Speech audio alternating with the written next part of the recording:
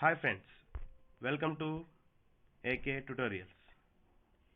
ఈ క్లాస్లో మనం బోర్స్ అటామిక్ మోడల్ గురించి డిస్కస్ చేసుకోబోతున్నాం. ఈ క్లాస్ మనం ప్రీవియస్గా డిస్కస్ చేసుకున్న క్లాసెస్ అన్నిటికీ ఒక సమ్మరైజేషన్గా ఉంటుంది. మన ఇక్కడున్న సైంటిస్ట్ పేరు నీల్స్ బోర్. ఇతనే మన బోర్స్ అటామిక్ మోడల్ని డిఫైన్ చేశారు. In 1913, Niels Bohr, Danish physicist, gave clear explanation of atomic structure. 1913లో డానిష్ ఫిజిస్ట్ అయిన నీల్స్ బోర్ అటామిక్ స్ట్రక్చర్ గురించి క్లియర్గా ఎక్స్ప్లెయిన్ చేశారు. So according to Bohr, an atom consists of a positively charged nucleus around which negatively charged electrons revolve in different circular orbits. మనం atomic అరేంజ్మెంట్లో atom గురించి discuss చేసుకున్నప్పుడు ఈ పాయింట్ని discuss చేసుకున్నాం. ప్రతి ఆటంలో సెంట్రల్ పార్ట్లో న్యూక్లియస్ ఉంటుంది. ఎగ్జాంపుల్కి ప్రతి ఆటంలో సెంట్రల్ పార్ట్ ఆఫ్ న్యూక్లియస్ ఉంటుంది. ఈ న్యూక్లియస్ లోపల మనకి ప్రోటాన్స్ ఉంటాయి, న్యూట్రాన్స్ ఉంటాయి. ఈ ప్రోటాన్ యొక్క ఛార్జ్ పాజిటివ్గా ఉంటుంది. తర్వాత ఈ న్యూక్లియస్ చుట్టూ ఎలక్ట్రాన్స్ అనేటివి మనకు ఒక సర్టైన్ ఆర్బిటాల్స్లో రివాల్వ్ అవుతూ ఉంటాయి. ఈ ఎలక్ట్రాన్ యొక్క charge negatively charged. The electrons can revolve around the nucleus only in certain permitted orbits, that is orbits of certain radii are allowed. So మనం ఇక్కడ ఆటంలో ఎలక్ట్రాన్ యొక్క అరేంజ్మెంట్ కి కొన్ని రూల్స్ తెలుసుకున్నాం. ఆ రూల్స్ కి లోబడి మన ఎలక్ట్రాన్ యొక్క అరేంజ్మెంట్ పర్మిటెడ్ ఆర్బిటాల్స్ మాత్రమే ప్లేస్ అయి ఉంటాయి. సో ఆ పర్మిటెడ్ ఆర్బిటాల్స్ మాత్రమే మన ఎలక్ట్రాన్స్ అనేటివి రివాల్వ్ అవుతూ ఉంటాయి.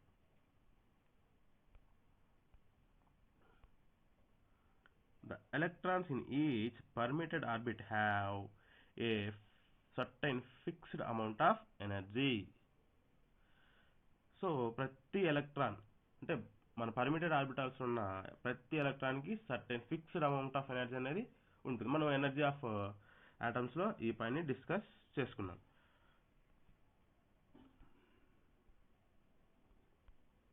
The larger the orbit, the greater is the energy of electrons. మనం ఎనర్జీ ఆఫ్ ఎలక్ట్రాన్స్లో డిస్కస్ చేసుకున్నాం. మన ఎలక్ట్రాన్ యొక్క డిస్టెన్స్ న్యూక్లియస్ నుంచి ఎలక్ట్రాన్ యొక్క డిస్టెన్స్ ఇంక్రీజ్ అయ్యే కొద్దీ మన ఎలక్ట్రాన్కు ఉండే ఎనర్జీ అనేది ఇంక్రీజ్ అవుతూ వెళ్తుంది. దీనే షార్ట్ ఫామ్లో larger the orbit. That means nucleus నుంచి ఆర్బిట్ యొక్క డిస్టెన్స్ ఎక్కువ అయ్యే కొద్దీ ఎలక్ట్రాన్కు ఉండే ఎనర్జీ అనేది ఎక్కువగా ఉంటుంది.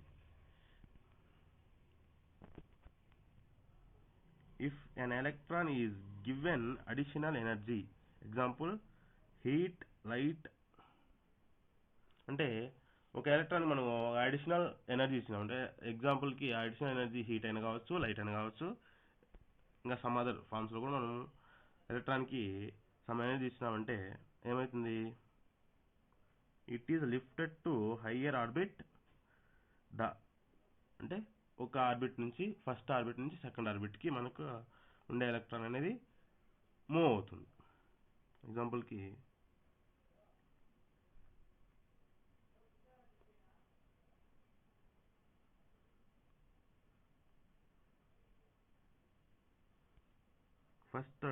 ఫస్ట్ ఆర్బిటాల్ ఉండే ఎలక్ట్రాన్ మనం సమ్ అమౌంట్ ఆఫ్ ఎనర్జీ ఇచ్చినాం అనుకోండి. అప్పుడు ఏమవుతుంది? మన ఎలక్ట్రాన్ ఈ ఫస్ట్ ఆర్బిట్ నుంచి సెకండ్ ఆర్బిట్లోకి జంప్ అవుతుంది.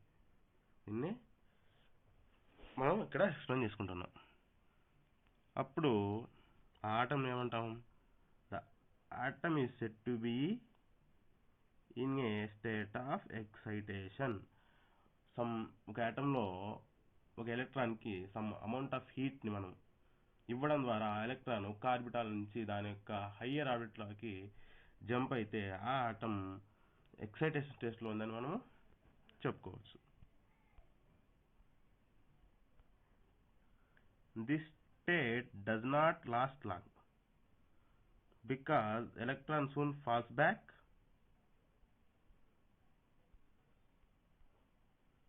To the original lower orbit. ఈ స్టేట్లో ఎక్కువసేపు ఎలక్ట్రాన్ అనేది ఉండలేదు.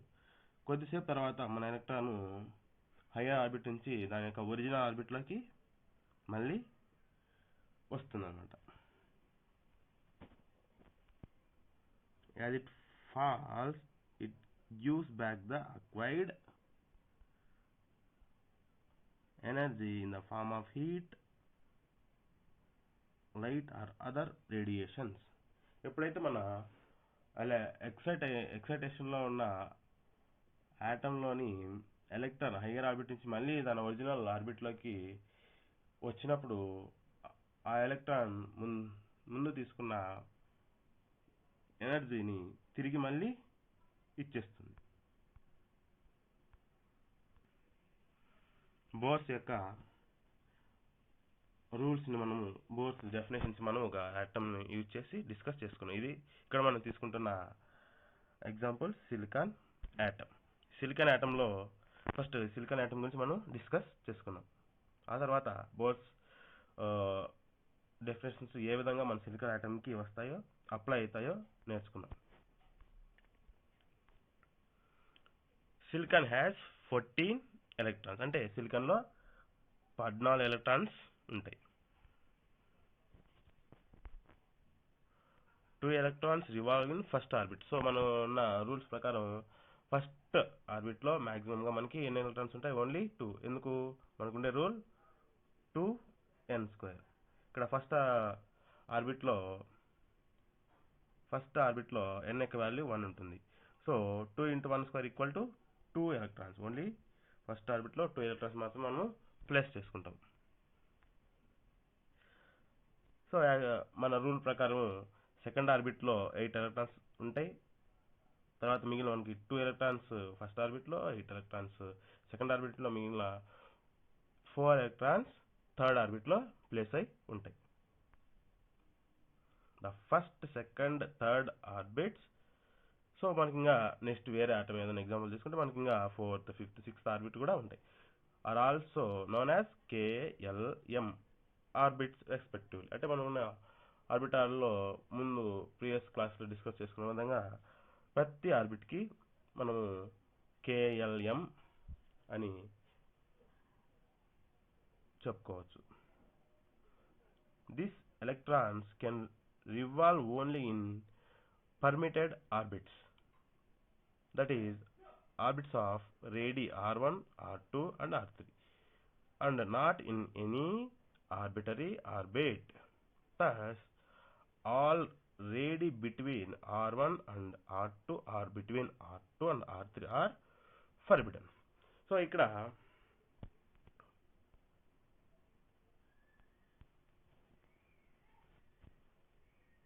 ఈ పాయింట్ ఏం చెప్తుందంటే మనకు ఉన్న ఎలక్ట్రాన్స్ ఫస్ట్ ఎగ్జాంపుల్కి ఇక్కడ ఉన్నది న్యూక్లియస్. ఇది first orbit, second orbit, third orbit. First ఆర్బిటాల్లో 2 ఎలక్ట్రాన్స్ ఉంటాయి. సెకండ్ ఆర్బిట్లో టోటల్గా 8 ఎలక్ట్రాన్స్ ఉంటాయి. దట్ మీన్స్ థర్డ్ ఆర్బిట్లో 4 ఎలక్ట్రాన్స్ ఉంటాయి. సో ఈ ఎలక్ట్రాన్స్ ఉండే ఆర్బిటాల్ యొక్క రేడి first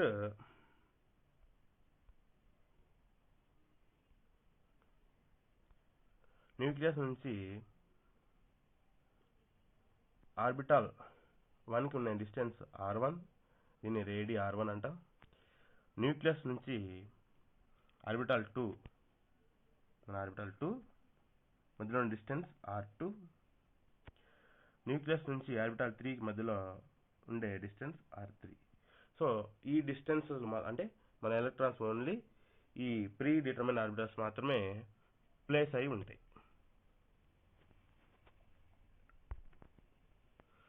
each orbit has fixed amount of energy associated with it. అంటే ప్రతి ఆర్బిట్కి some fixed amount of energy అనేది ఉంటుంది. ఇఫ్ అన్ ఎలక్ట్రాన్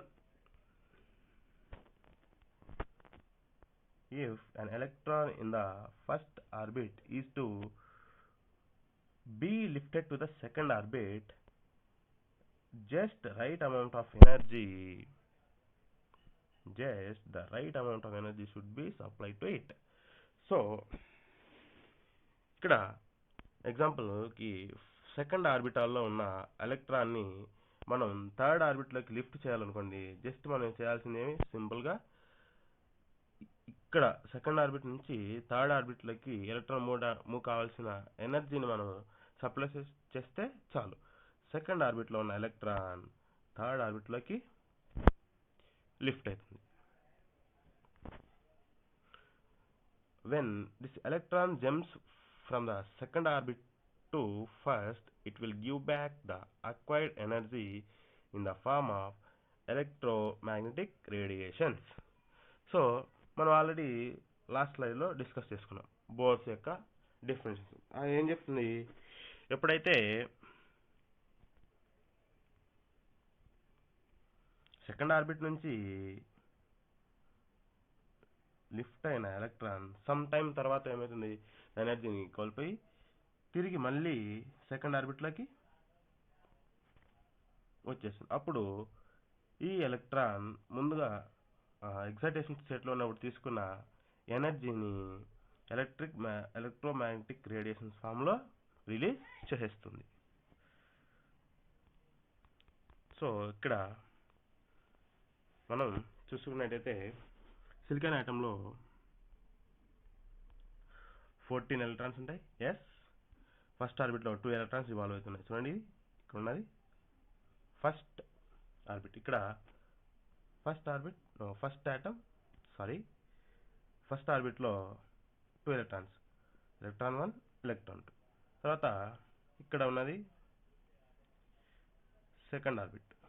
ఈ సెకండ్ ఆర్బిట్లో మనకి ఎన్ని ఎలక్ట్రాన్స్ ఉన్నాయో చెప్తున్నాం, 8 ఎలక్ట్రాన్స్ ఉన్నాయి.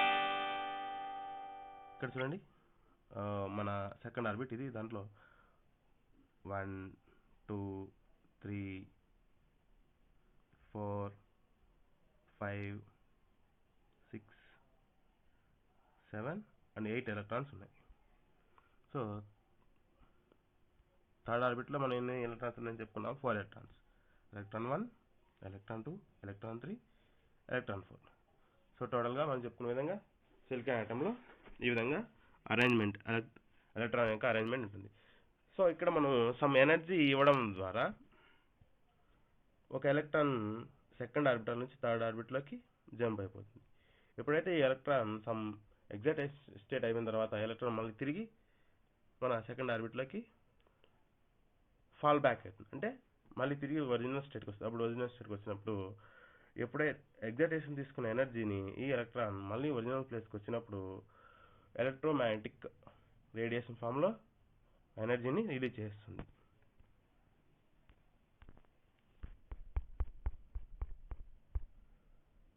Thank you for watching my videos. Subscribe for more updates.